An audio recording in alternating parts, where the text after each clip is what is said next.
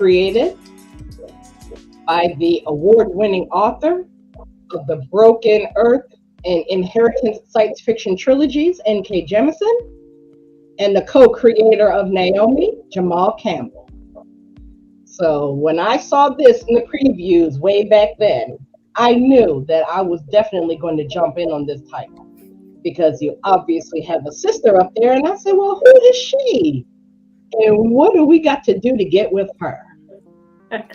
Wait, I need you to understand that this particular run, Far Sector, means so much to me because I am a Black comic lore noob, and this run is what got me started in my collecting journey. Like, hands down, N.K. Jemisin is my favorite author of all time. And if you don't know about N.K. Jemisin, I don't know what rock you've been hiding under, but let me tell you, sis is the queen of science fiction and fantasy. She is not the first woman, not the first Black person, but the first person ever to win 3 consecutive Hugo Awards for the same series. No one has ever done that.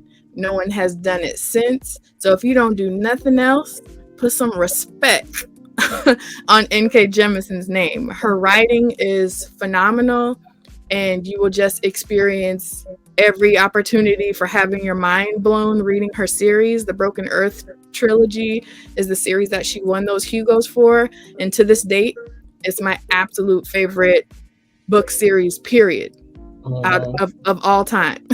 So when I found out that she was dipping her toe into the world of comics, I was like, oh, this is cool. And I loved the book so much. I was like, what other women of color are doing their thing in comics? And then it just spiraled from there. So this book means a lot to me. All right. What about you, Angel?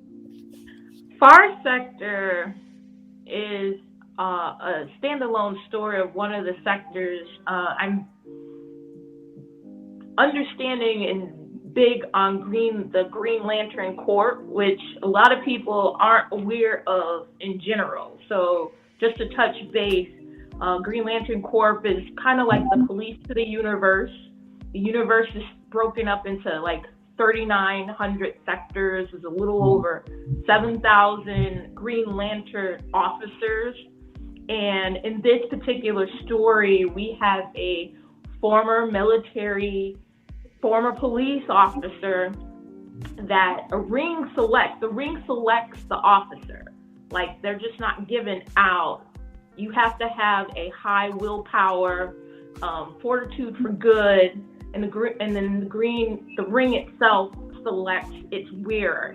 So this is a really good introduction for anyone for the DC universe that wants to just really dive into Green Lanterns in particular.